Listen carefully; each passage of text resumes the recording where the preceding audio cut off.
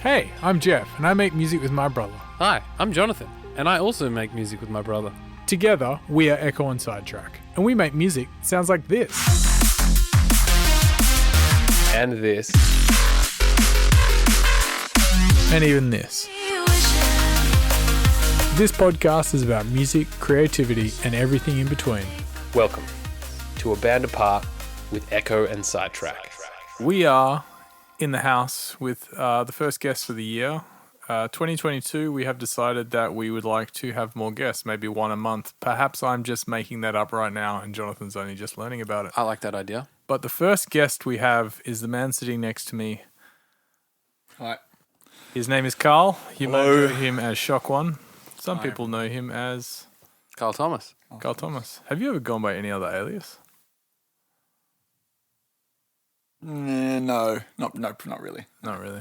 Trying to think. If I did, it was about 15 years ago. So 20 years ago. Okay, And I didn't. Sorry, that I was. was in a band once. That was, if that counts. But It doesn't, and we're not interested in Let's that kind move of, past that answer, Carl. Thanks. We're not Probably edit that out, actually. Sorry, it was more of just a mic test kind of a question. But should we set some pretext for why we're having this podcast? yeah, I mean, we can. I mean, there's never a reason why we have a podcast and we just start chatting. But I The suppose, three of us. yeah, one of the reasons we decided you'd be a great first guest is because we do have interesting conversations, kind of like every day we're in the studio. Every morning, our mornings kind of start by Yeah. Jeff and I arriving, or Carl arriving, whoever comes first, and we go into each other's room and end up having a discussion about... And wasting each other's time for a good hour and a half. Yeah, but it ended up having interesting discussions about a variety of things, such Thinking as... we should have pressed record. Yeah. So we decided to do that today. Yeah. Hopefully we can capture some magic. Why do we feel like we should have pressed record? Is it this thing of like, Because we want... this conversation is so good, it would be a crime to not share it with the world. There is definitely an element of that. I mean, that's why Jeff and I probably started the podcast in the first place, because we were saying we always have these introspective, interesting conversations, Yeah. as do you. Yeah. And we're like, we should do a podcast. You have to be a slightly egotistical to want to start a podcast. Yeah. Oh, but I This is a common thought I have of like, I should tweet that, and then I go, no, why? But No, nobody shut up, Carl. But who there's- cares? If you've got interesting things to say, you should say it. Are they interesting though? But that's they are, because we find them interesting. And if there's at least one person that finds some sort of interest from the conversation we have, then we should have a podcast. Yeah. There are people out there that have podcasts that personally I don't find interesting, but I don't listen to their podcast. Yeah. And it depends what you want to do with it as well. I think our aim with this podcast is just to share thoughts we have with people, and maybe that helps them be more creative or follow their dreams. And you'll never die. Yeah, and you'll never die if you listen to this podcast. But other You'll people, never die by and we'll making a never die. podcast. and we'll never die. We'll live on. But then other people have podcasts for, I don't know, outcomes. Like if they're a influencer and they feel like they should have a podcast, or if they feel like they're having such amazing guests that they need to share this information. yeah. Carl, what did you have for breakfast? Let's go through your morning routine, Yeah. shall we? Like that kind of thing, yeah. which is kind of interesting to some people, because people believe that the greatness of Carl Thomas can be found out if we interview enough. Yeah. It's like, oh, he eats 6 wheat bix. I'm going to start doing that. And there's some. I'm definitely guilty of looking for answers from other people on podcasts. And sometimes you find them. Absolutely. I think Most of the time. everyone's looking for that tidbit of whether it's production knowledge or secret financial advice or something, health advice. Yeah. You're definitely going to get a hot tip In on the next on 3 crypto hours. trading on a podcast on Spotify. You're the first one to hear it. But one of the main things we have actually discussed recently is the book that you recommended to us. Yeah. 4,000 weeks. I forget the 4,000 Weeks by Oliver Berkman. yeah. Nice. And this is not a book review podcast, but it speaks to me. Jono you recommended it. I said I'm going to get it on Audible. Jono got it on Audible, and he's probably listened to it like a week before me. And then I came into the studio one day, and he's like, "This book was written for you. This is Right, yeah. this is the answer to all of your.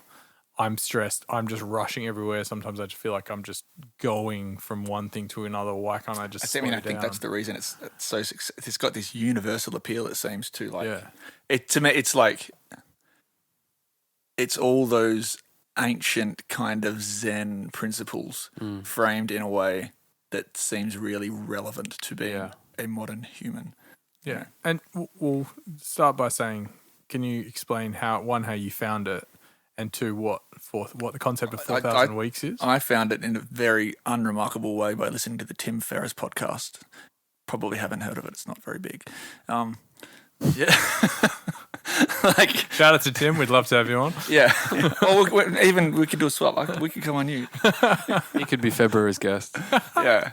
I think he had, what's his name? Oliver Berkman. I think he had him just read a chapter. Okay. One chapter that really spoke to Tim. And you know when you're like, there's been 2 moments in the last few months where I'm driving down the ferry to the studio and you're like having a profound epiphany. Yeah, like that was one. Listening to that chapter was like, all right, well, this is obviously the book that I'm supposed to read right now. You know? Yeah. And the other one was listening to Around the Fire by John Hopkins. John Hopkins, yeah. John Hopkins, East Forest and Rum Dust. It's the final song on Music for Psychedelic Therapy. Yeah. And that was like, I think I cried by driving on the freeway. That song, you're like, whoa. Powerful song. Yeah. But yeah, so I started, I still haven't finished the book. You guys are audibling it, and I'm still halfway through reading it on my Kindle. It's 2010. Yeah. Me, the Luddite, on my digital reading tablet. But so 4,000 weeks. 4,000 weeks, yeah. So the premise is basically the average lifespan is 4,000 weeks. 80 years. Yeah, 80 years, yeah. And it sounds I think what makes this book so novel for me is that it's stoic kind of initial thing of like, you're going to die. Yeah. Face it. Yeah. And that's the thing that makes you go, oh, that's a bit edgy. And then you realize actually it's more about changing your relationship with time. Yeah. To something that can be productive. And realizing that, like, oh yeah, I'm not a resource for the capitalist machine, and I should stop treating myself as such. Yeah. I think when you were explaining what the book's about, you said like it'll change your relationship with time and make you think of time differently. I was like, okay, is it like a self-helpy kind of thing? And then you're like, it's not. It's like he just talks about it. Then I listened to the sample and I realized that it was him that was reading it, which I always love, like author reading his book. And I thought, fuck it, I've got some credits on Audible. I'll go for it. And then within like the first, I don't know, what would be if you were reading it, the first 5 pages or something, I was just in. You're in, right? Yeah. I'm like, whoa. And even he admits, he's like, I used to be a productivity geek. Like, this is how I got into it. This is how I know about Pomodoro timers and fucking making lists and all this shit. It's because I also yearned for optimizing everything, and it's less important than you think. Yeah. So that's why are we talking about this book? I don't remember why, but I don't know. It's a great book. Conversation. But I think that's something that we all... We keep talking about it in the studio, don't we? We all, but even before we knew about the book, I think all of us talk about time. Think of how many ideas that we've all had and been like, fuck, if I just had enough time, we need to work on music. We don't have enough time to execute this or do that. So many times we've said to each other, if only I had more time. But there's that thing that I think he says in the book, if you had endless time, nothing would matter. It wouldn't matter when you did the thing. It is the fact that you make things a priority that makes it important. Like the birthday card thing. Whereas, like, we've optimized everything down to be so convenient that now people don't even send birthday cards. They just send digital cards that they've never touched. The meaning was in the inconvenience. The meaning was in the fact that you took the time to write the thing. I like the concept of you're saying like okay, if time was infinite, then nothing would have meaning, and by that reasoning, every decision you make is actually closing an infinite amount, near infinite minus one amount of doors of other options you could have done. So so the meaning comes from like making the choice to do that thing. Like all the things we've been talking about, all the potential business models, projects we could do, they're all great in theory, but the choice that, the meaning comes from the one that we choose And to go actually for that. invest our time in, and like I've, obviously for you guys, Ekko and Sidetrack, for me, ShockOne has been the priority of our time. And I've got side projects that you guys have heard that, little bits and pieces that I want to always, but ShockOne's always like, that's paying the rent. So that has to, I have to prioritize that. And I can't really start that side project until I finish this album project. And I don't know, I'm still not at peace with that, because it's this thing of like, well, if not now, when? I've been talking about starting a side project for like 5 years. Yeah. It obviously isn't that important to me if I haven't done it. So therefore, maybe you should let go of the concept and put all of your energy into. But then I go, I have so many more things I want to share, creative ideas I want to share that don't fit into ShockOne. Yeah.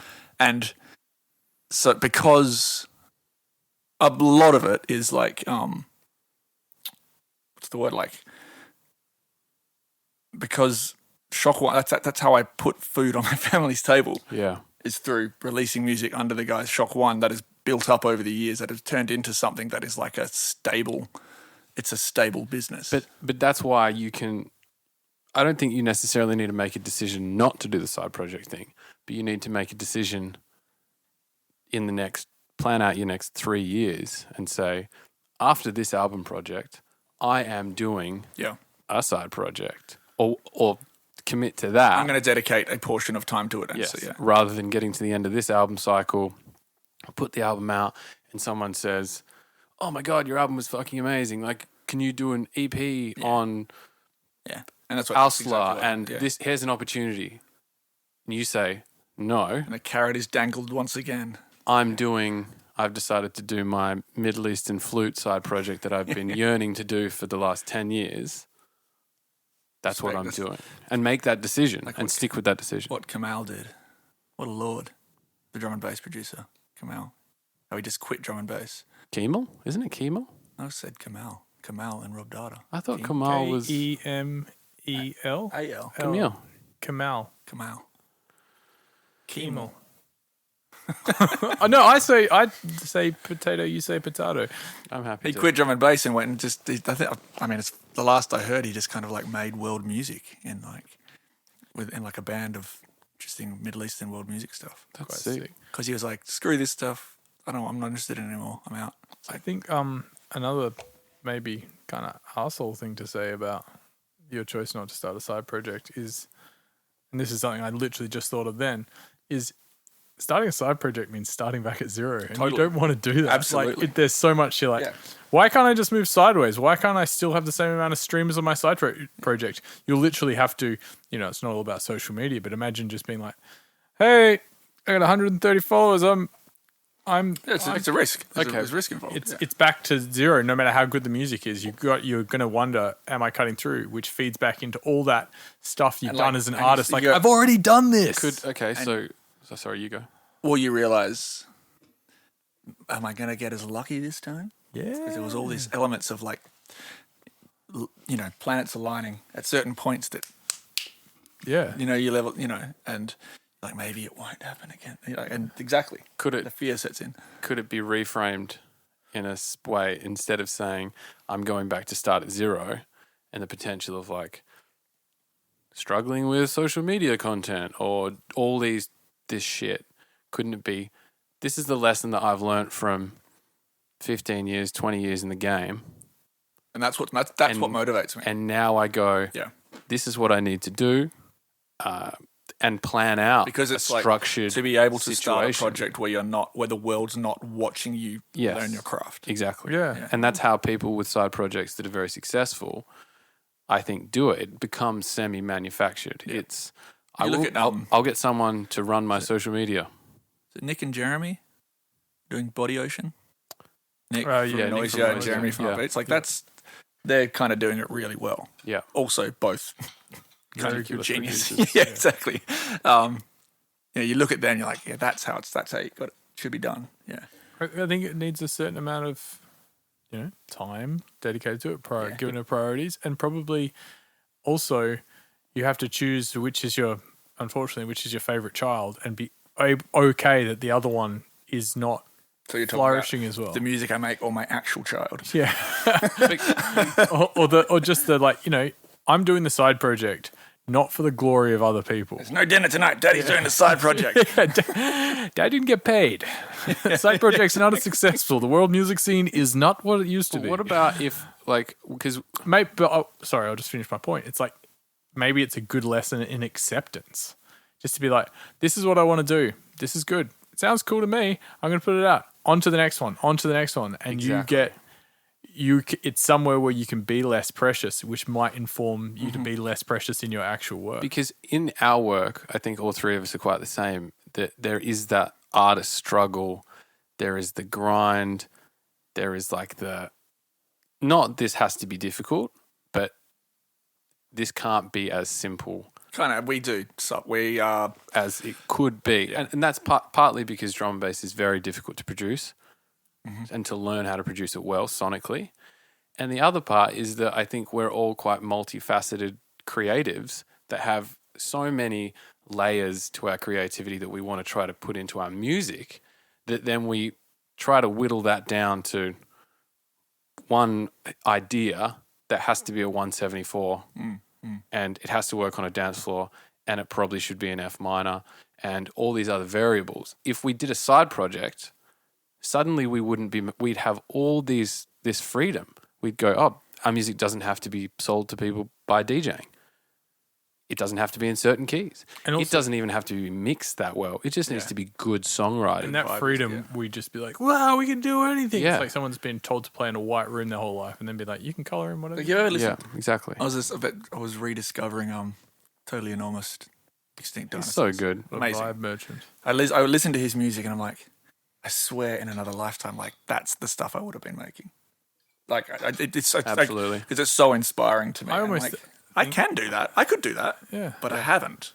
I feel like there's a downbeat, vibe, tourist type, I don't know, something like that in me. Yeah. No, it's just, you just have to, again, just choose to do that. Do you know for the a most moment. crushing thing though is when you go to do it and you go, fuck, this is just as hard as yours. Yeah. Because we've I got thought this was going to be easy in we've my got head. this myth in our head that's like, well, I could do anything. It's like, And then you I'm go, really oh no, good- this is just as much of a grind as all. Yeah. yeah. But I think it's a different kind of grind. Yeah. Yeah. And I think it would be a more creatively free grind because it's Okay, so like,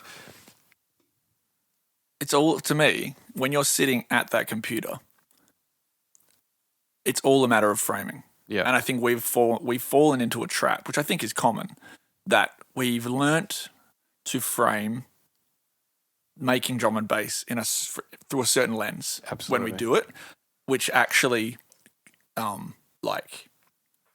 doesn't help a lot of the time. Yeah. And then I think it actually hinders. exactly, it most definitely does. And then when we pivot, I've found personally, almost by accident, I kind of do something and I just stop thinking by accident because I don't know what I'm doing. And there is actually, I'm like, in my head, like, this is nothing. This is actually, like zero care. This isn't very good. And all of a sudden you find a flow state and something happens and someone goes, that's fucking cool. And you're like, oh, yeah, it is, isn't it? Like, and I've been trying for years to find a way, through that. But it's just because it's a constant neurotic self-conversation of creativity. It's so hard to break out of the habits you've formed. Some of it's like knowing that is part of the kind of battle. It's like, oh, I know this is going to be hard for a little bit. You just, you've said it to me last year. I remember I was mixing a tune. he said it to me specifically because you weren't here. And I was like, that's probably with Paper Birds. I was like, I've got to do this. And you're just like, you're just at the shit bit of the song. You're trying to mix the vocal. You're trying to fit the thing in. You're just at the shit bit and no one can do it for you. Guess what? If it needs to be done. Yeah. Because you were sending me ideas from the UK and you're like, it needs to be like this. And I'm like, I don't have Jono's ears. And you're just like, you're at a shit bit of the song. But the only way through and just accepting. Process. Yeah, accepting there's bits of shitness. That's good. Kind of what he says in 4,000 Weeks. He says there's always going to be hard times. Exactly, no matter what you do. Yeah. No, like that's why you can't stop and stagnate. Because it would be great if you were struggled with that song and were like, this is fucking hard. I just want to stop and be comfortable. So where is that resistance coming from, right? For me, you're in that. What's confronting about that position where you were at that process of what you were doing is the void. Yeah. Jumping into the void, which creativity is. And then it's never being the same road twice, never getting kind of easier in a sense of it. Like, so we're resisting, like embracing the void. And when what I'm talking about, when you accidentally embrace the void, great things happen. Yeah. But it's like to consciously embrace the void. It's like I haven't worked out a way to do that every morning where I'm like, okay, ready, and go into nothing. Well, you need to accept that the fear is there no matter what you do and just step forward. Which is exactly what he taught in 4,000 Weeks. It's the same thing. Like admitting finiteness, admitting the nothingness after it all. Yeah. So Instead of trying to be comfortable and stay in that, like, no, I'm in control. Instead of trying to be in control all the time. Yeah. Exactly. Yeah, I think control's a massive part of it, and like even controlling, and with the music thing, it's like you're trying to control it to be a hit. Like I want it to be this, it needs to be this, and then it needs to do that, and it's like it doesn't need to do anything. Fucking just make the song, but let the song be, and then get on with the next one. This is my issue with making music on computers, is that they're just not conducive to that. Because they constantly ask you to make decisions. Yeah. And decision making, by definition, is control, right? Like, so it's so hard to get happy accidents to get out of control when it's like, what do you want to do next? What do you want to do next? When it's just like, I don't stop asking me. Just do something. Like, let me. I think that's the jam mentality. It's Yeah, exactly. Like yesterday, that thing I was writing after hearing that tune that you played me. I was just like, I'm just going to play everything in, just react. Do it. Just do it now. Like, this patch sounds cool. I like this. That little tiny seed. Yeah, and just, play it. Like, it's not in line. Don't worry. Don't try not to correct it. Just it's like you're skiing really fast down a mountain. You're just like, I'm going to hit a jump at some point, and if I start thinking about sticking the landing, I'm not going to stick it. But you just go, I'm on the jump. I'm going to stick really it. good at it? Chris. Yes. What's they not? Yes, I found he's so good at that in the studio, just like... Follow the thing. Yeah, exactly. Just allowing things to happen. Allowing things to happen, yeah. Yeah. I think I'm quite terrible at it. I definitely put up blocks. I'm trying to actively, like, by working on my laptop with limitations, like don't have all the plugins and stuff. And like just following the thing. It stresses me out. Yeah, not making decisions like, yeah, that's cool, but these drums suck. Yeah. Why don't we go back and remake the drums? There's going to be so many things to edit. Dan, that's a massive one. Yeah. That's a massive one. I know Jeff and I would come up against that a few years ago because you would often get mad at me for creating mess, but that's how I created. Yeah. And then Jeff would feel... I would argue it's absolutely necessary. Jeff would then... I completely agree. And then Jeff would feel like he spent most of the time, instead of being creative, mopping up my mess, and through that would find the creativity. That was always the joke we'd say to people. Like, they're like, what do you work on in the studio? Like, do you have different strengths? And I was like, Jonathan spews and I clean it up. Yeah. But that's... At least you've got someone to spew for you. Yeah. I have to spew and then clean up my own spew. I don't want to do it anymore. I've literally been in vocal sessions and the vocals are sounding amazing and I'm going, oh, this is going to be so much comping. Yeah. I'm just dreading days of comping. And then I should be stoked that there's an amazing vocal happening. And then you're looking to shortcut the work, so you may actually shut down the time before the happy accident happens. Yeah. And talk about thinking in the future. Yeah, exactly. Like you could just be in the moment and experiencing this amazing vocal and being so stoked that you've got it, but instead you're thinking about future Carl that in a week's time is going to be sitting here and fucking tearing your hair out trying to make these vocals And like work in a mix. Dark Machine, that was not supposed to be the vocal. It was a scratch vocal to get an idea out real quick. I've told this story 100 times, but remember Ray had just broken her elbow. Yeah. And she was on a lot of painkillers, and I forced her into the studio because I was like, I've got this. I woke up with lyrics and a melody in my head, almost completely written. I'm like, I need you to come in here and get this down now before I forget it. She's like, seriously? Like, I broke my elbow yesterday. I'm a terrible brother for making her do that. But she came in and just kind of like, just doing her best to get it out. And then I just started literally, this probably did it in an hour. And the second she left, I just started tinkering. Yeah. Thinking like, this is not going to be the fine vocal, but I'll just tinker with this. And then like 10 hours later, I'm like, I guess this is a vocal because I just sunk into it without meaning to. Yeah. And it was like, it actually turned into something really good. Because I didn't resist that. I just kind of let it happen. And also you accepted the process because there's something you wouldn't resist the thing if you're recording the vocal and being like, this is going to be a pain in the ass to comp. Guess what? You are going to have to comp the vocal. We've been given completely comped, finished vocals before, and it was a fucking dream. But guess what? We still made subtle changes. Still work had to and be you're done. also going, I wish I could just kind of like change that tiny thing in there and get inside exactly that printed thing. Yeah. But I wish I had that control. Yeah. But like accepting that you've going to do the process later is like, yep, future Carl's, guess what? Future Carl's going to have to do some work. Yeah. I think it's also about patience and knowing that, like, I've got 6 hours in here and it's okay. I don't need to rush. I don't need to run to the end. Sometimes, especially with me, when I'm in the studio, I go like, I've got 3 hours left. I need to write a song. And then just start making all these quick ideas. And sometimes that leads to interesting creativity. But often it just leads to feeling manic, not feeling like a good music producer, getting to the end of the day and being it's like, not fun. I did nothing. And it wasn't fun because I'm trying to think You're not about playing. what the outcome is. Yeah. And it's too outcomes based. It's so often I miss the aspect of play, which sounds insane. Yeah. But I'm the same. Like I have I have pretty strict kind of limitations on my time day to day in here. I can't just, I'm going to be up here until midnight. Like I got to leave at a certain time. And so I'm like, that thing of like, I've got to make music. I've got to do it now. I've got to get product out the door. And the angriest version. Noodling around on a Moog is not the way. That's not. Yeah, it's like, this isn't going to write a hit.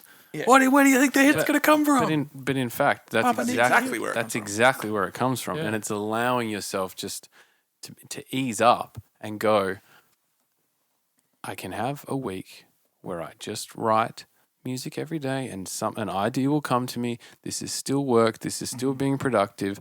I don't need to, like we're so lucky to work in a job that we don't at the end of the day have to show someone what we do. I want to see what you have done here. I don't know how people do that. We still treat ourselves. We still treat ourselves with that. That's true. Boss mentality. Yeah. What did you do? What did you do today? How was the studio? Did you do enough work today, Carl? Yeah.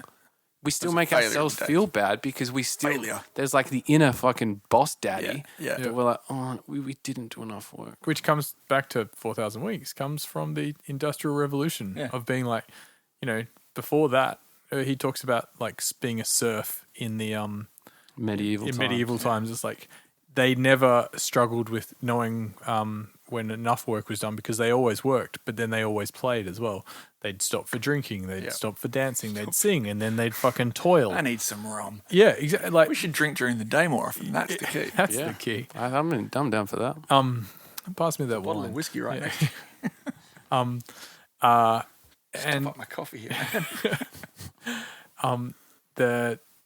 So when the Industrial Revolution came along, it became this like idea of like you go to work and then you come. So like, sorry, that's you go to work and then you come.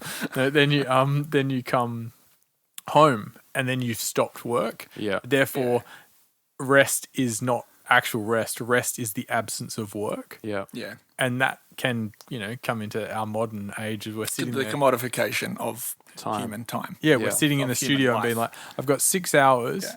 and, sometimes we have things to do and sometimes there is genuinely no outcome. I mean, like, But you convince yourself there's an outcome. Well, I suppose I better write something good in this time. Like, yeah.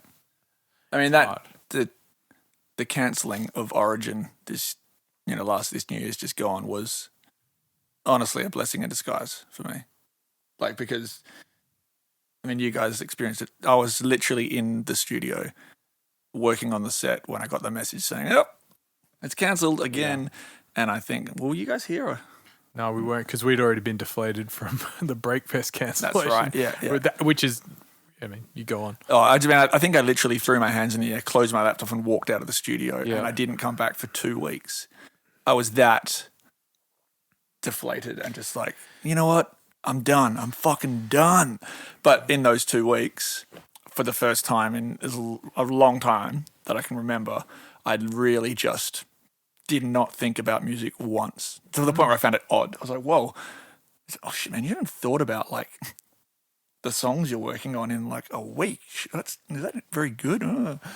But in that space was actually like very, very needed. And I think I'm very bad at giving myself genuine downtime. Yeah. Absolutely. Even in the downtime, you're still ticking away. But Which I thought was a good thing. I was like, yeah, I love the grind. But now I'm like, no. If you naturally want to do something, by all means do something. But there should be no judge on like and go to the beach and just the weirdest thing was stay a little bit longer. I honestly felt like it was like some kind of act of rebellion.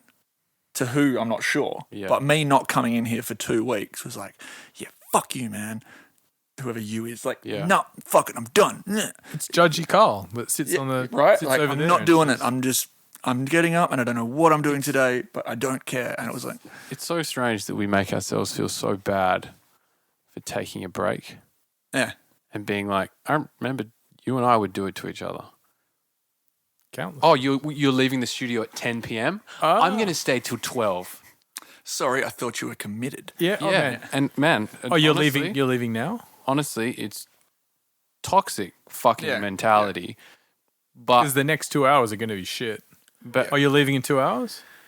and it's like it's super gross, and we've stopped doing it now. But it used to then be turned into like, you're not as committed as I am, Yeah. and it's like all this like pressure that we put on ourselves because there's that narrative in us that's like, you're not where you want to be, or you're not successful because you're not doing this 12 hours a fucking day. Can you imagine what it's like? Everyone else is, and you need to be pushing harder, and you're not good enough, and blah, blah, There's blah, always blah. someone else working hard. Can you imagine what it's like in an actual like competitive office space of 50 people like that? Gross. Do you want the Johnson account? You better lift your game. You're like, I don't know if I want the Johnson account, but I think I do because I want a boat. I know. I got a boat. I 'cause know did that. a guy that worked in finance, and it made him go crazy. Yeah. Working in a high-pressure scenario where if people left, your day finished at 6, but people would regularly work past 9 and be back there at 6 a.m. That's the And just because it's like,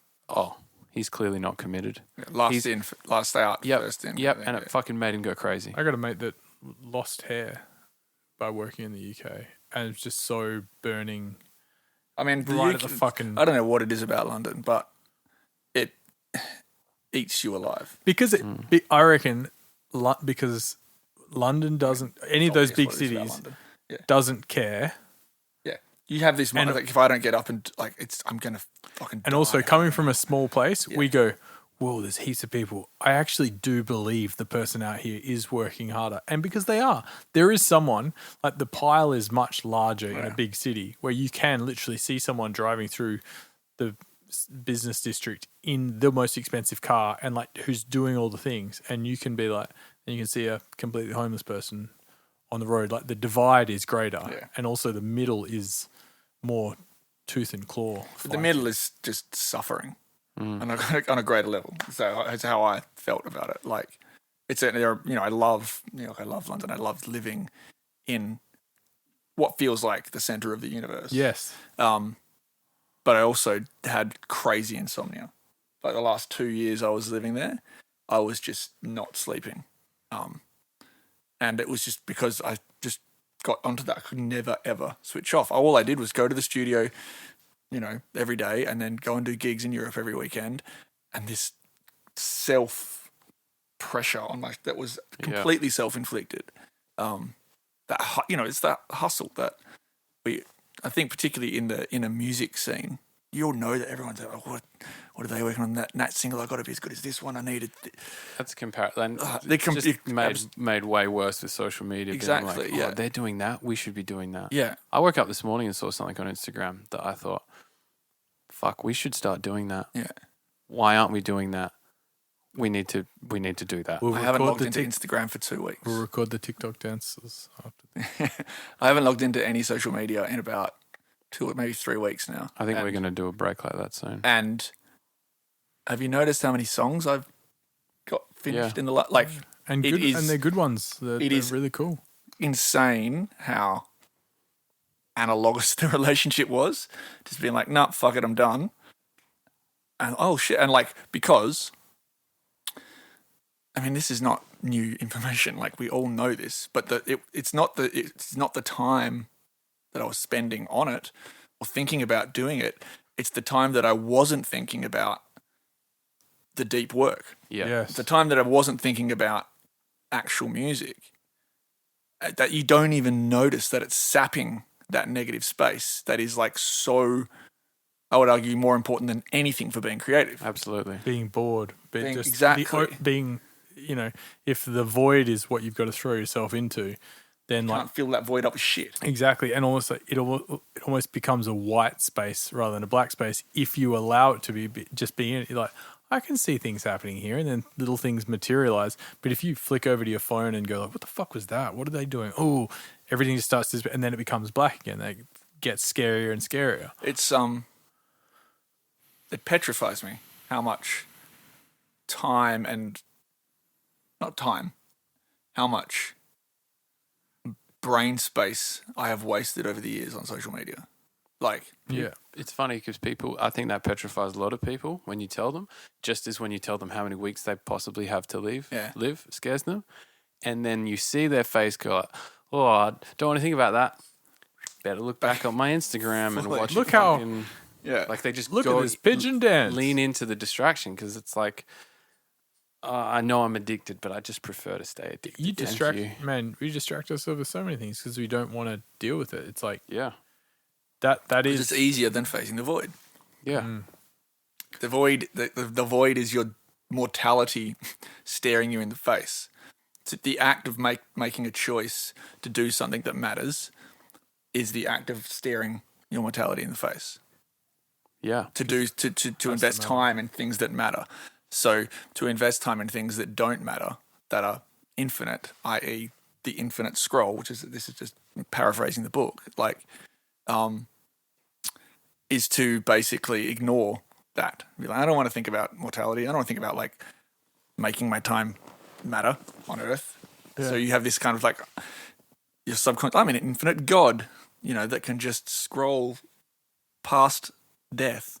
It would be cool if Instagram had a end, like if it timed your timed how many scrolls you'd been through, and just be like, hey, you've reached the bottom of the feed. You've had enough. Well, it did do that it trialed that. You know how it says there's nothing new for you to see, as it had that little marker, and that just went away. And then it goes, actually, we're going to start feeding you suggestions. Like now, I know I've been looking at too much Instagram because it's mostly suggestions.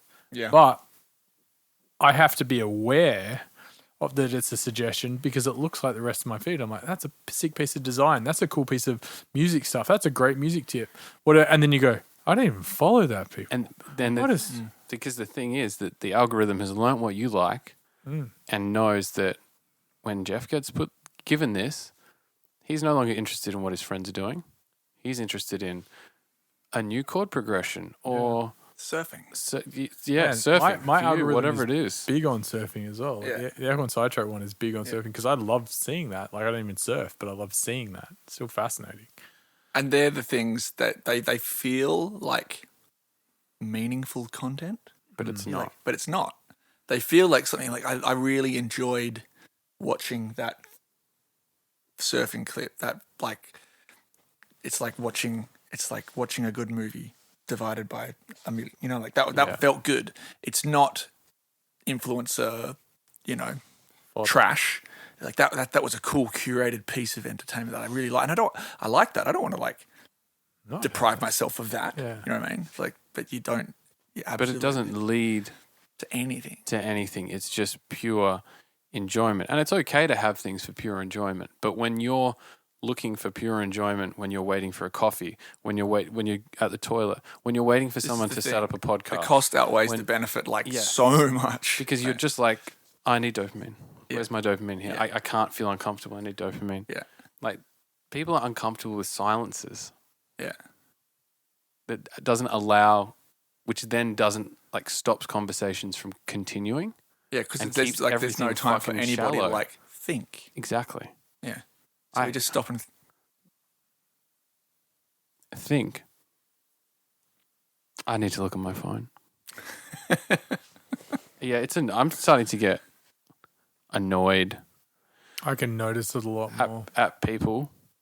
I do it myself. I'm definitely not saying it like holier than thou, but I get annoyed at people when I see them doing it. Yeah, pay attention, or not even pay attention to me. Let's just we don't have to be on it. Even, man, yesterday when I said to you, I asked you a question and you were looking at your phone. And I was like, what are you doing? And I got annoyed that I was on it. I was like, you caught me. This is it. Right? but again, like Willow did that to me. Yeah. She's like, Dad, put your phone down. Like a 4-year-old told me to put my phone down. And that was my like, whoa, okay, shit. All right, you're absolutely fucking right. Thank you. It's amazing how you're like, you react annoyed because you know that you're doing something bad. It's like doing anything bad in life and getting caught. The shame you feel, and why people usually get angry and respond really poorly is because they knew from the get-go that they were doing something fucking wrong. Yeah. So you shouldn't have done it in the first place. Yeah. Yeah. It's hard. Yeah, life is hard. It's just we're all learning. That's the thing. I think reading a book like this doesn't make me go, this is right, this is my new mantra, and I'm going to tell everyone off for it. Just another reminder. It's just another reminder, and you're like, oh, cool, I'm going to keep coming back to this. Like, I find this is really interesting. I've been telling Holly about the book. Hey, Holly. Hey, Holly. And she's like, whoa, you're telling me a lot of stuff about this. You must really enjoy this. I found myself, I'm reading chapters to Asha in bed. Yeah. Check this bit out. And it's not because I'm like, you need to do this. It's like, whoa, this is like a crazy insight that seems really basic. Yeah, like the doing things for your future self. Like everything is so future focused. Like we make choices that might, what's the thing? Like it's we're not serving our present self. Yeah. We're thinking of our future self. It's like serve our present self. There is no fucking future self. It doesn't exist. And what he says about plans being the agreement of your present self to maybe do something in the future. So, but there is nothing. Nothing is certain. Yet we convince ourselves that there is certainty. Yes, just a thought. Everything is just a thought.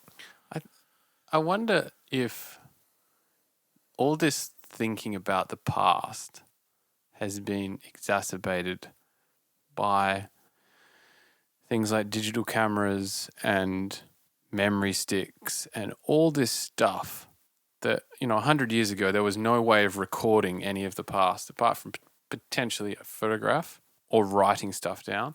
But now we are constantly reminded of what has been. It's become too easy to document everything. Yeah. And so you're constantly thinking about, if you log into Facebook every day, every morning you would get a new memory. Hey, you forgot about this memory, but 100 days ago this happened. Yeah. So you're constantly in the past, or you're thinking about planning the future because you want to buy a house and you want to be a homeowner in 10 years. So you need to do this or you're in the present, documenting the present. Yes. So you can look at it in the future and and think about the past. You're filming fireworks. Yeah. Yeah. Yeah. I mean, we see it all the time in clubs. Yeah. People with their phones up. Yeah. I think I filmed maybe like the opening song of when we saw Tame Impala at Belvoir, and filmed probably a couple of other bits. Never watched it. That's it. All those photos were actually deleted. Yeah. So did I waste my time Yeah. by filming that show? Yes, Yeah. completely. I wish I could remember more bits from it and be 100% present. Yeah. We were really. I have this. We were hungover. I have this predicament with parenthood, and you're like, should I be recording these moments because I can, or like shit? So like quite often, Willow just sings like all the time. It's awesome, you know, and it's the best thing in my life to just hear her down the hallway by herself, singing away, making up songs as she goes along. It's amazing. And there's a part of me like, you should be recording more of this, like, and I don't honestly don't know. Sometimes I do. Sometimes I'm like, no, you don't. It is what it is. Just be there, hear it. You know what I mean? And this like obsession with like taking photos, you know, like it's the same thing. I just find it like even more magnified when it's something that is like the most important thing And also, in your world. there's probably part of you that's like, she's not going to remember this. She's not going to remember. I have the opportunity to remember. I will document. And she's never going to be So I like will- this again. She's yeah. going to change. So I will present it to her later. Look, Yeah. I have all this documentation about what you were in the past. But are you going to make a documentary about her? No, exactly. Yeah, no. If say she becomes a famous singer and she's the next Ariana Grande, it would be fine. Ariana Grande.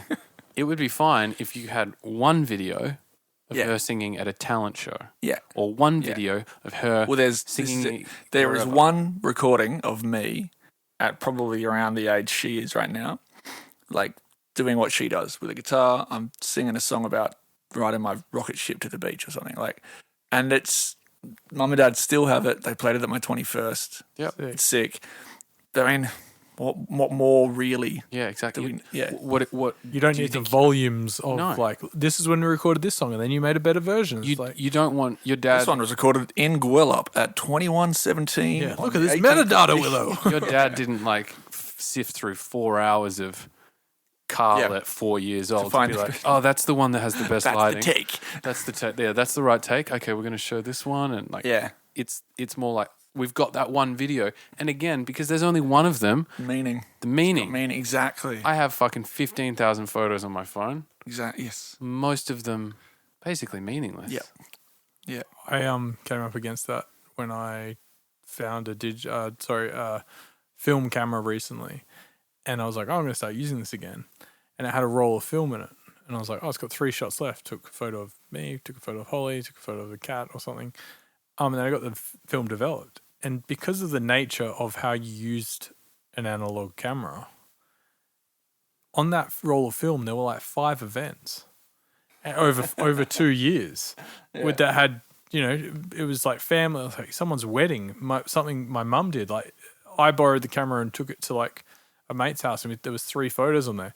But you're like, whoa, that's cool that we just captured that one moment. Not everyone got a photo. I need to catch this moment. It's like you see it now with everyone. People have photos of each other, but guess what? Everyone's smiling, everyone's drunk, everyone's happy. We're at the party. There's no fucking real photos. Yeah. There's no actual documentation. And it's like, just like, isn't it like fast forward? Let's pick a time as to when you were using that. I don't know. it was 10 years ago. Right. So the fact that you were using film then is novel in its own right. Yeah. Because 10 years ago, what most people were doing, because they had 10, 15 years ago, when the advent of digital cameras came up and then the smartphone after that, like, isn't it insane? I've seen memes relating to exactly this. Like, people literally would like post 60 pictures from their one night at this club on the Friday. Yeah. Here's my album of Friday night at the club. It's like, now you're like, what the fuck were you doing? That's insane. Because they're like, but I can. Yeah. I can take endless pictures, and here's all of it. And now we've kind of gone, we need that one curated moment, but it's completely curated. Yeah, But to get that thing, You've taken 500. Yeah, exactly. And then it's And you've completely gone out of the moment. But I think it's also just such a waste of time to then review. Yeah. I hate getting a group photo and then someone's like, "Oh, I need to see what I look like. I look shit in that one. Don't upload that one. I don't like that photo, blah blah blah." I'm like, it's a photo. I've had this argument with Usher so many times. And I understand you might want to look good all the time. I get that. I want to look good as well. Guess what? But don't you know do what? it all the time. That's what you look like. But no, but You look like that. I don't know. You look like shit, Sandra. Come on.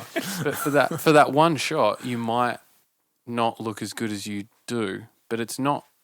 But it's okay because people aren't just because you're kind of like this. Maybe they're not going to be like, "Oh, My clothes. fucking Carl is an ugly man who doesn't deserve to be my friend because he had his eyes closed in that photo." Yeah. We become so self-obsessed of how we look Yeah. constantly, like fucking monkeys that look at ourselves all the time. Yeah. And are like obsessed by it, and we need to look the best all the It time. really is an illness. It is. It's like society's got body dysmorphia. Yeah. Absolutely. Because we all got to look like, man, people Okay. that, sorry, Go on. people that berate people for using filters, and then you look at their photos and you're like, hold on a second, that's a photo with the fucking filter on. And then it's funny, on my phone, I'll like show Holly a picture. I'm like, look at this chick. This is if I use this filter and I put it on me, I'm like, I'm gorgeous. Yeah. I am a man, and now I look like a gorgeous girl with like subtle tint. And I'm like, It's and then that So warped, becomes the new level of belief that's how people look. Then when we see people in real life, we go, not as attractive as in the imagery. like a real life human. Yeah, I'm not into real life Have you got, humans. what the fuck's the deal with your paws? You've got them. Yeah. It's Let me weird. just put my Google glasses on so I can see you the way I want to see you. Yeah. There's a lot of on TikTok and on Reels, there's girls that are like, this is what I look like, and then not that great looking, and they show the exact process they go and do to become a Yeah. cosplay white like porcelain Yeah. face girl, and they're like, this is reality, this is fake. Yeah. And they point it out, and you are like, whoa, there's just something instinctual in you that is fooled Yeah, of course. so much by the filter. Even when you put, like you said, when you put a filter on yourself, there's a part of you that goes like, you look good. Well done, baby. I'd use this filter more often if it didn't give me eyelashes. It's crazy. But like, Say, Carl. well, I was just saying, like, this obsession with looking at ourselves, which I definitely do not subscribe to. Like, as a artist who, by Why do you think you had to do that? Just say artist. You're an artist. oh yeah, I mean, I was actually doing that because I was about to say like, kind of public personality, Yep. like. Kind It's of thing. called personality. So you're always being told, oh, like social media. I need to, I'm terrible at social media. Yeah. Things with you in it track better. You feel a pressure to. It's like the fucking woman from The Simpsons, Krusty's manager or like the lawyer, that chick that always just pops up. Yeah. We need more metrics. We need more this. It's like, Yeah. These are just buzzwords. Yeah.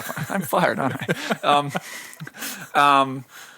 I resent it deeply. Like, I don't want to.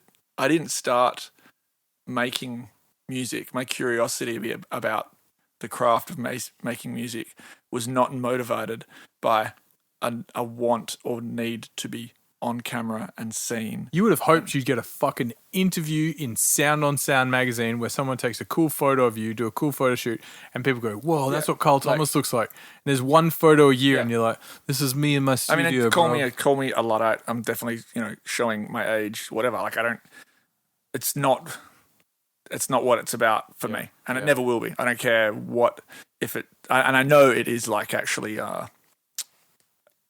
detrimental to my career and my numbers, But at some point, I have to decide as a human, like, well, how much am I going to play along with this? And if I am playing along with it, then I can't turn around and get snippy about it because I'm agreeing with the social contract.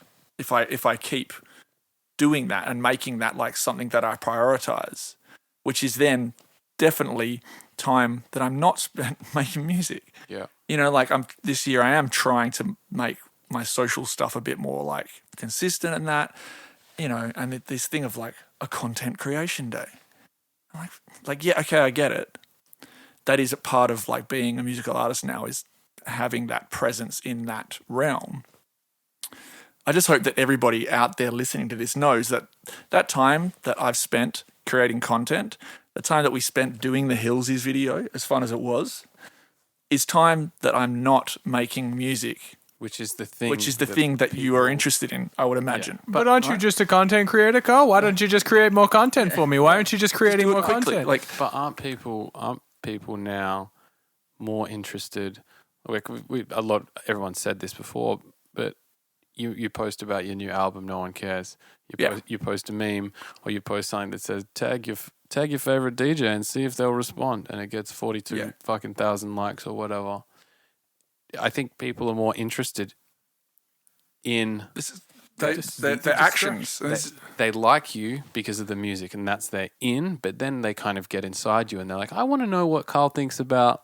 Can you just dance for everything. me, monkey? Yeah, like I want this from you. I want this from you. I want you like supply me with the content that suits this format.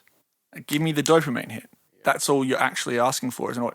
And it's like, I guarantee you, if we did a poll at the bottom of this podcast or saying, hey, what would you prefer I spend my time on?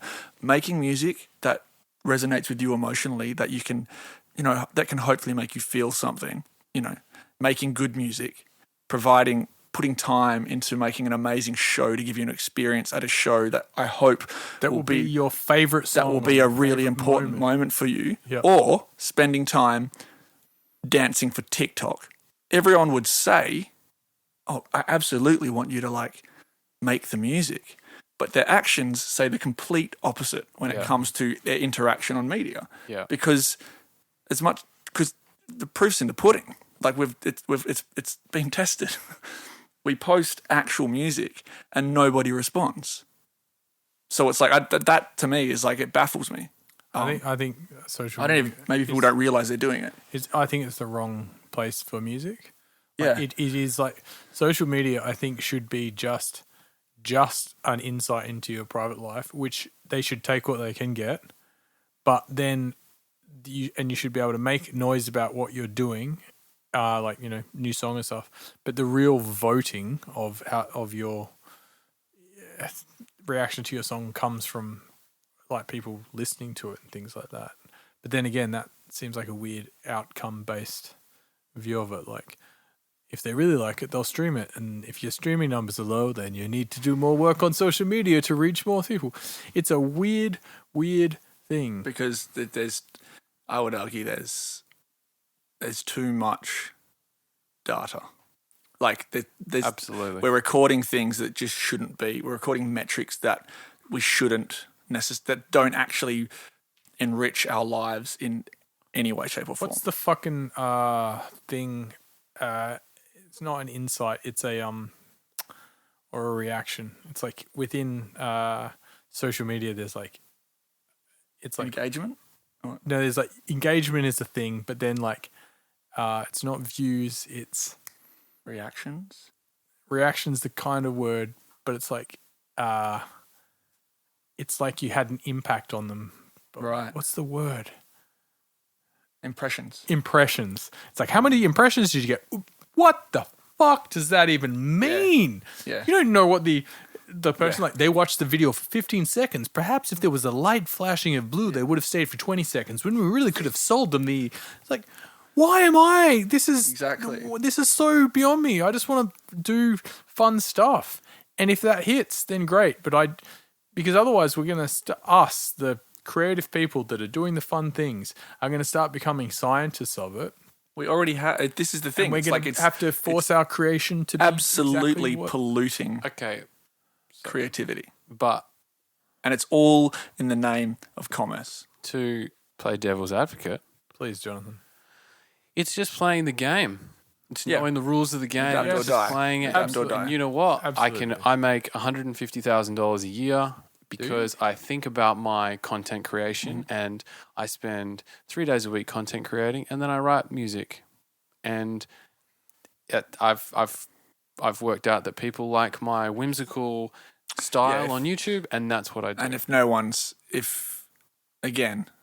the proof is in the pudding that no one actually cares, that arguably the quality of your music you're making is getting worse because you're spending less time on it. It's less profound. You're thinking about it less because you're spending more time on content creation. If they don't care, then what's the point?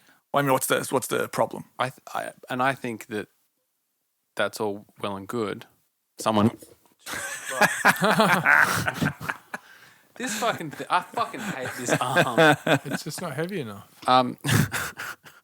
You just knocked yourself in the nose. I'm going to start sneezing. I'm going to start sneezing now.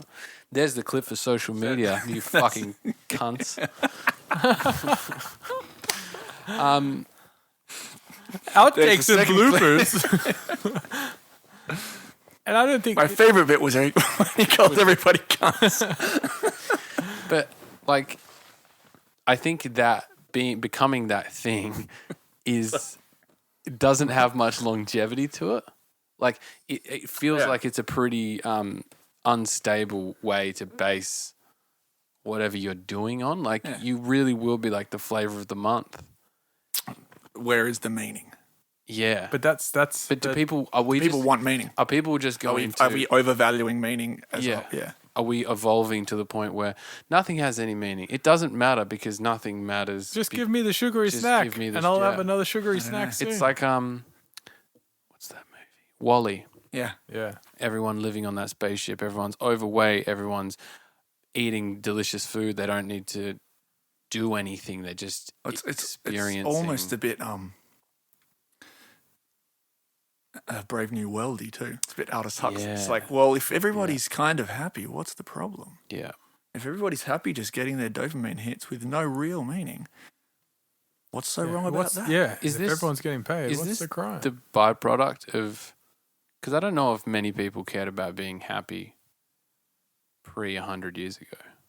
I think the concept of saying that to someone would have been like, "What are you talking about? You don't have TB. Like, Yeah, congratulations." exactly. Like, I don't really have time to think about being happy. But now I'm going to get on this boat named the Titanic. we've got so much That'll time make me to happy. think about, and there's so much about being happy and being content. And is your life meaning something? So people are focusing on it more.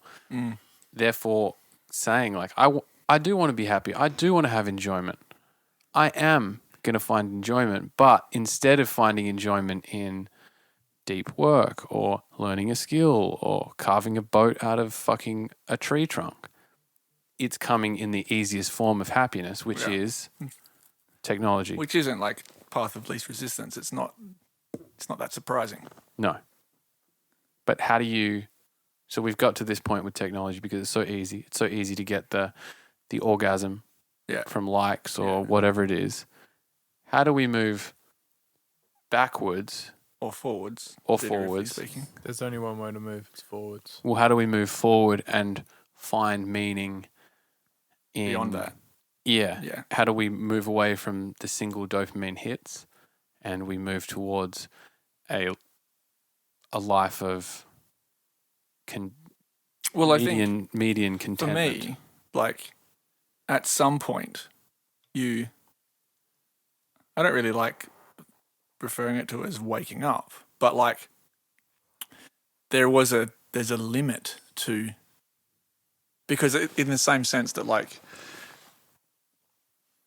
the more you do something, like it's like diminishing returns. Yeah. You know what I mean? It just gets tired. It's not novel anymore, and it's like, and I'm pretty sure the brains behind social media are working really fucking hard to keep it novel, to keep dangling that next carrot in front of you, i.e. the metaverse. Like, you know, that for me is like the point where you go, hold on a second, like this, I'm not, because it's the act of distraction, which is what they're really good at, right?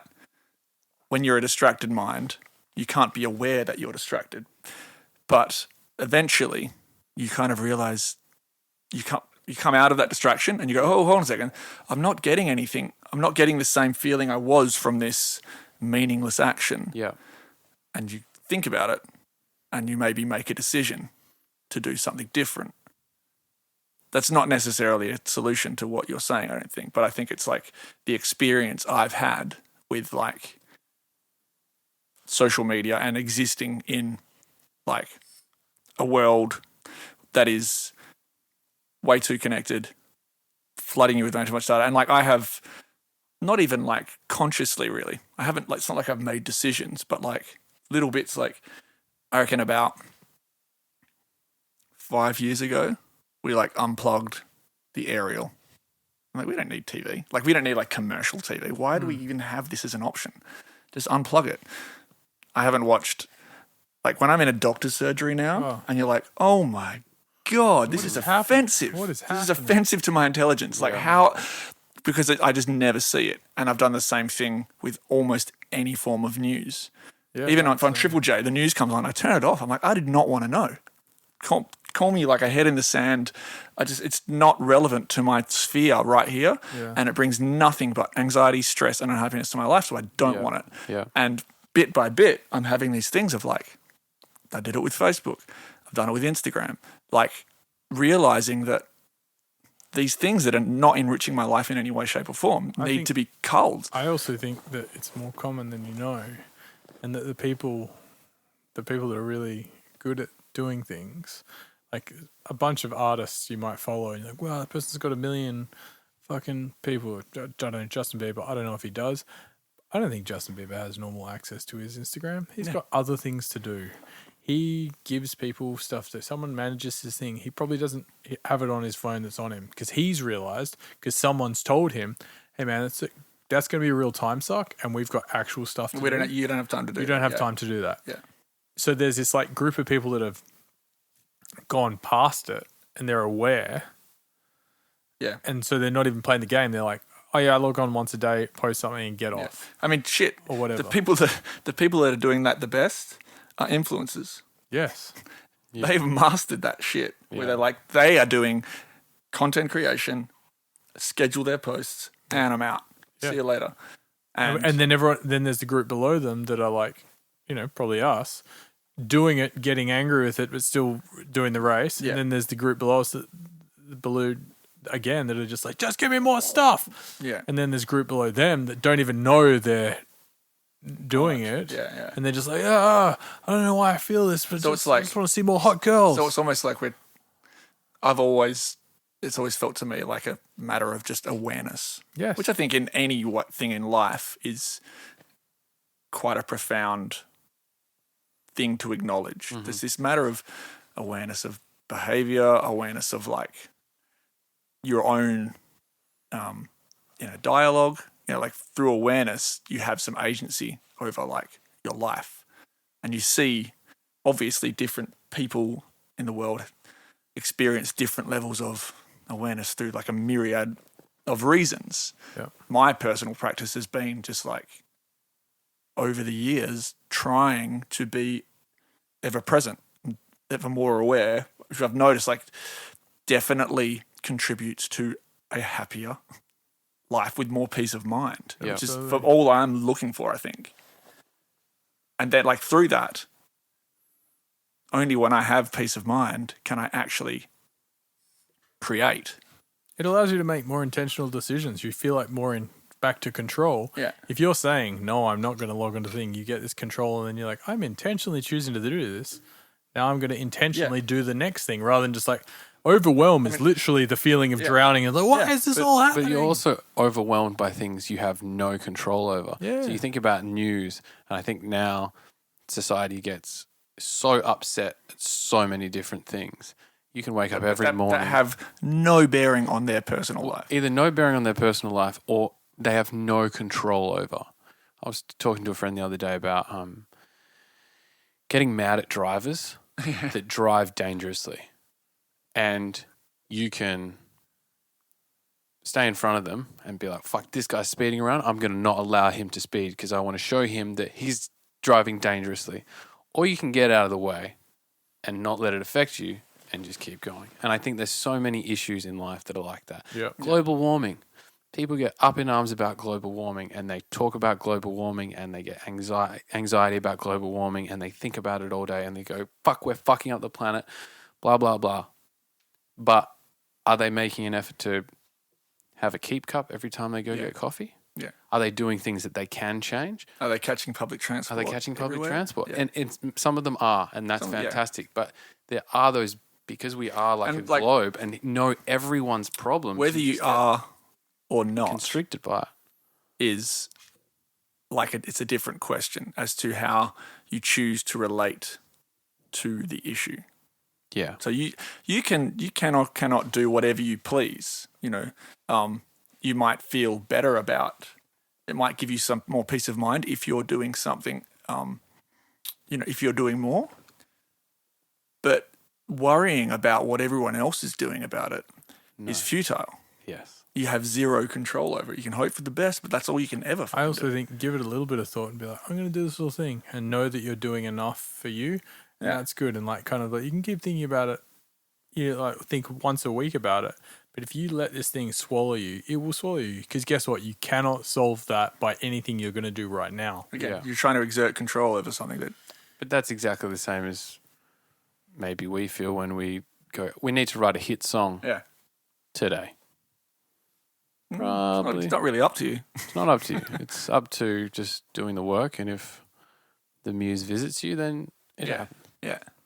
Like, you're not going to change, most likely, you're not going to change the fucking world in the 6 hours you're in the studio today. So let go of that expectation. Yeah. And just be. And at the end of this, you might have something that you didn't even expect. Yeah. Which might change the world. Which might change the world. But if you go in with that expectation, there's no way you're going to be able to get to it. I've had this conversation with a lot of, it's definitely not changing the world, but when I have met people, I had this conversation with the guy on the weekend actually, and he was like, man, like when you wrote, like it was, you know, it's always Polygon or Chaos Theory, like some of this probably, you know, obviously the best work I ever did was 10 years ago. You know that compliment? Man, Polygon's the best song you've ever written. Yeah. Like, what about the last 10 years of work? It's not as... It's been all downhill. Thanks for the constructive criticism. But when you do realise that someone has, like... You've actually made an impact on someone with something that you made. Yeah. People always seem to think that when you made that, you knew that you would have so much impact. And it's absolutely not the case. I have never written a song in my life and gone, there it is. That's a fucking classic. I'm going to, like, never. It's always met with at least 50-50, like, self-doubt. Usually, the better it is, the more you're like, this is either really good or either utter garbage. Oh, man, if you think and I can't tell. If you think it's good, if you're like, I reckon this is a good one, that's dangerous territory. Right? Because it means you're comfortable. Yeah, it means you're repeating yourself. Yeah. It's the times, so it's always met with this, like, a lot of self-doubt. And you're like, but you have to, all right, I'm going to put it, I think it's okay, I'm going to put it out into the world, and then it's not yours anymore. And it's just, I find it really, like, it's humbling. It's amazing to think that arguably the music you make, the art you make, whatever you make in life is almost definitely, you would hope, if it's successful, it's going to mean so much more to others than it will ever mean to yourself almost. Yeah. It's going to have a much more profound experience. It's almost like them. You just have to get it out. Impact. You just get it out of your system. That's your job as the artist. Your job is just to be Stargate. Yeah. To get it out, and people can then experience whatever you get out. Because as well, you're always going to view the art you make. You're not ever going to view home as like this deeply emotional thing. It's always going to be, I remember the experience of making that. I remember It's I fun. made the lead and it was Yeah. fun, and I'm really happy with the outcome. I remember the turmoil involved. I remember banging my head on the wall. Like Yeah. I remember the fun bits. I remember the hard bits. Yeah. I remember playing it out for a year and not really getting much reaction and thinking, no, it's not very good. I remember Lucas going, that song's sick. I love it. Shout out to Lucas. Shout out to Special Lucas. Cup and string. Who's nude right now listening to this podcast? There's all these little fragments of mixed emotion Yeah. that then culminate in something that it grows. You always hope that it's going to grow larger than yourself, than the song itself. It has this cultural relevance to people, and they hold these moments where it's like that's the best gift you can ask for as an artist, I think.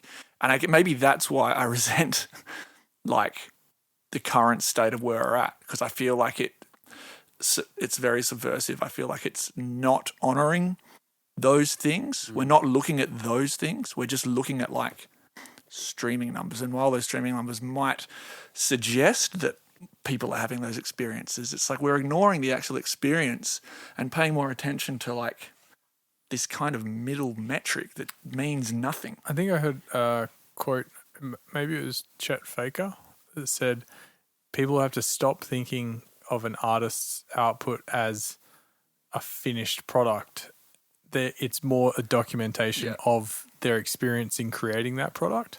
Yeah. And that's what art is. And I think that's the cool thing about it. It's like, yeah, we got the song in the end, but now the song, that was, you're literally hearing me work things out, and that's what it is. I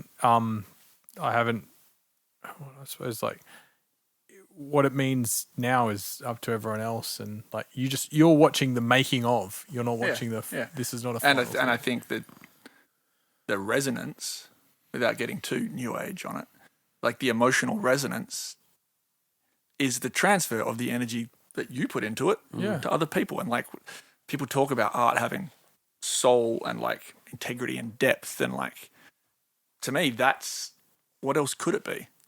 You know what I mean? Like, and you know when you're making something and you're like phoning it in. Yeah, absolutely. And then you know when you're like, oh no, this is actually me. Yeah. And it shows. And I think that's when you also don't care as much about how it's perceived by other people, because it's such a true representation of how you were feeling at the time that you're like, oh, I have honored myself and my intention. Yeah. And it doesn't who gives a fuck what anyone else thinks about it, because I've done the right thing. So when you're an artist and you are being put in a situation where you are just like, no, just make things quickly. That is, to me, is the antithesis of intention and meaning, because it doesn't work like that. You can't. We are not content factories, and you're not going to like what you get if you keep treating artists like content factories, because they're going to be forced to ignore that part of themselves that really searches for something that says something from them. The whole reason you like their shit in the first place. Yeah. It's going to get ignored, because that's the path. That's the hard path. And you're going to end up with music that is always path of least resistance music, in my opinion, if you're always like treating it like a factory floor. Again, this is not like new information.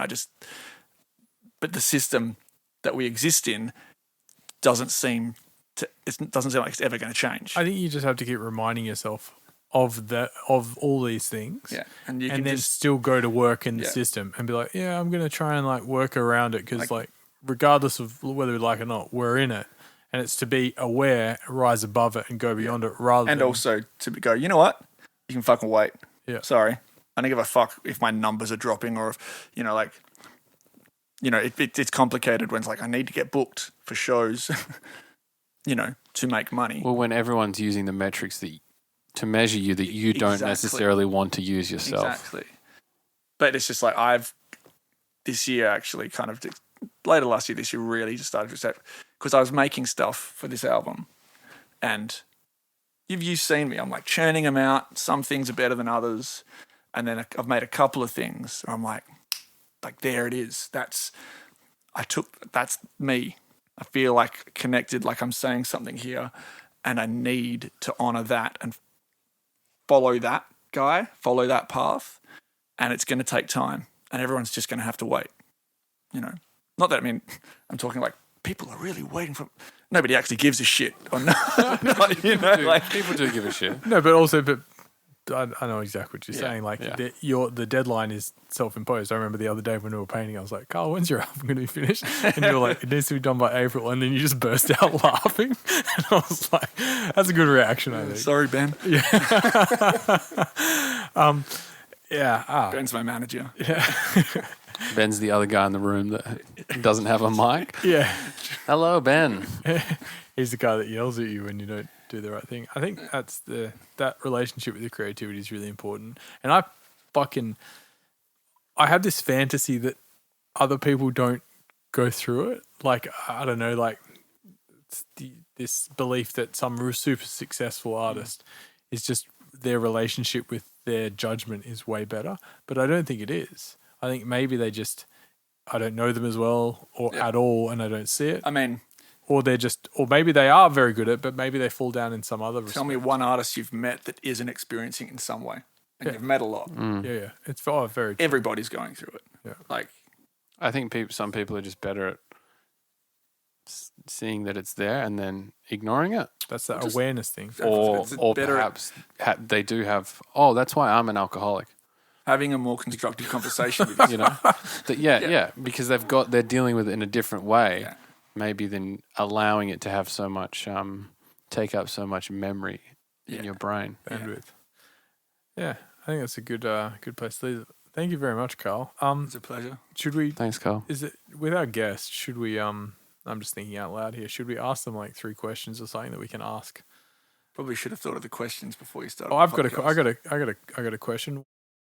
So we're all sitting on the same couch because for some reason both our cameras stopped recording and the recorder also stopped recording. And we missed out on some pretty fantastic insight.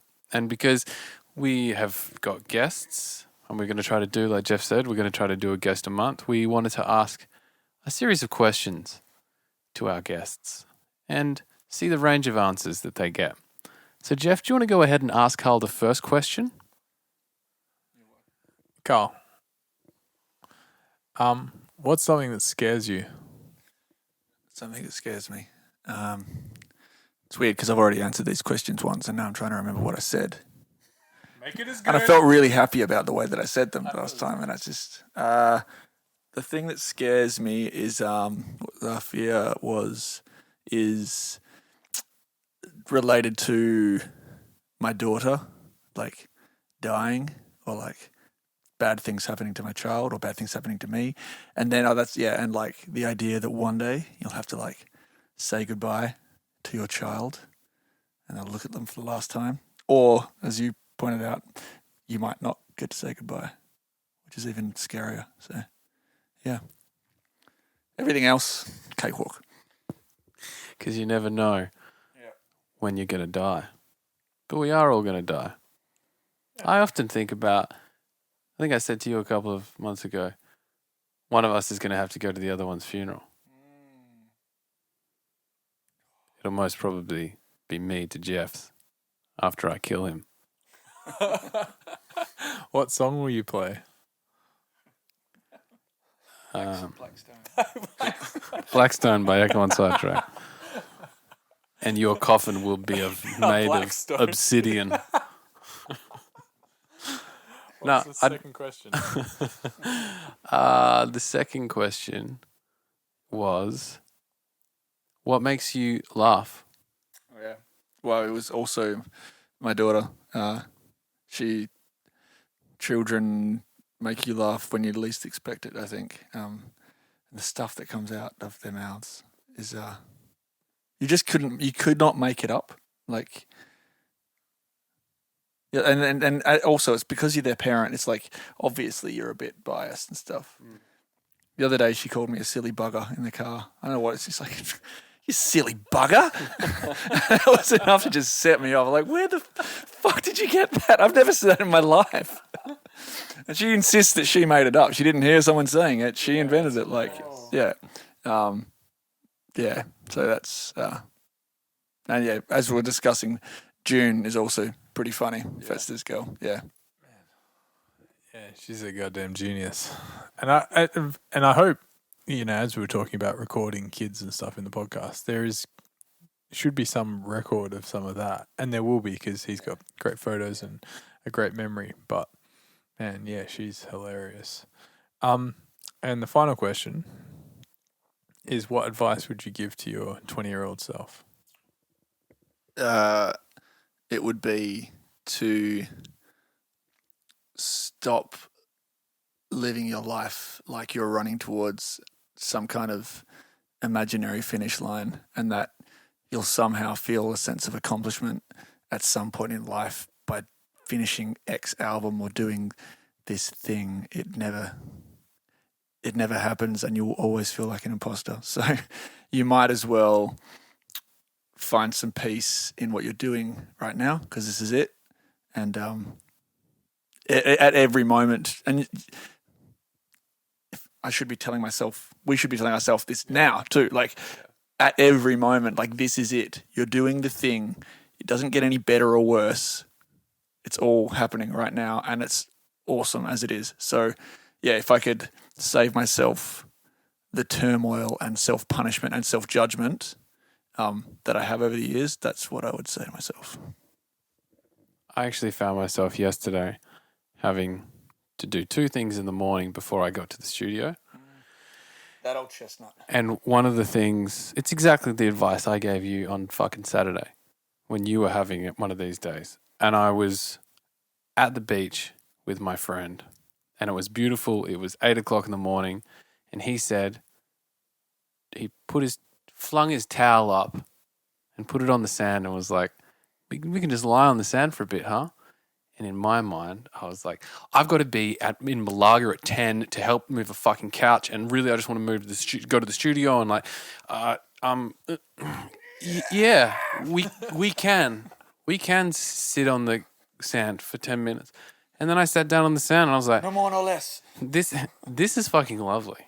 Yeah, exactly. This is fucking lovely. And what was I just going to deny spending 10 minutes with my friend who I haven't seen in a couple of weeks just because I'm supposed to, because I want to get to the next thing. Else. And that's the worst thing is if you had sat in the sand and been like, yeah, I'm doing it now. Yeah, it's great to sit on the sand. Yeah, I didn't even enjoy it.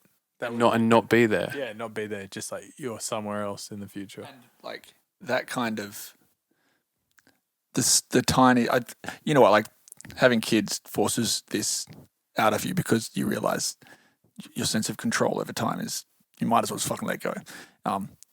But the tiniest thing would let's like throw my day off. Like I've always hated public holidays because like the place where I want to get my coffee is closed, and now I've got to fucking get a coffee somewhere else, and that's just ruining my day, and my routine is fucked up, and now and I get into the studio in like in a shit mood over like nothing.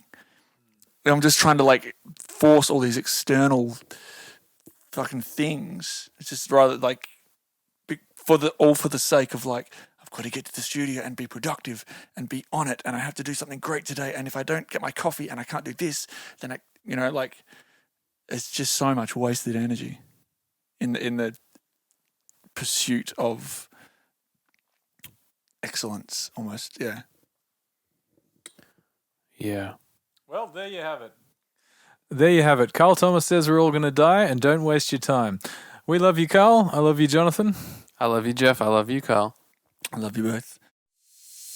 Thanks for listening to this week's podcast. We are Ekko Sidetrack on all social media. We've recently updated our YouTube. Go and give that a subscribe so you can keep up to date with all the latest video podcasts. And follow us on Spotify too so you can keep up to date with all our latest music releases. Big up.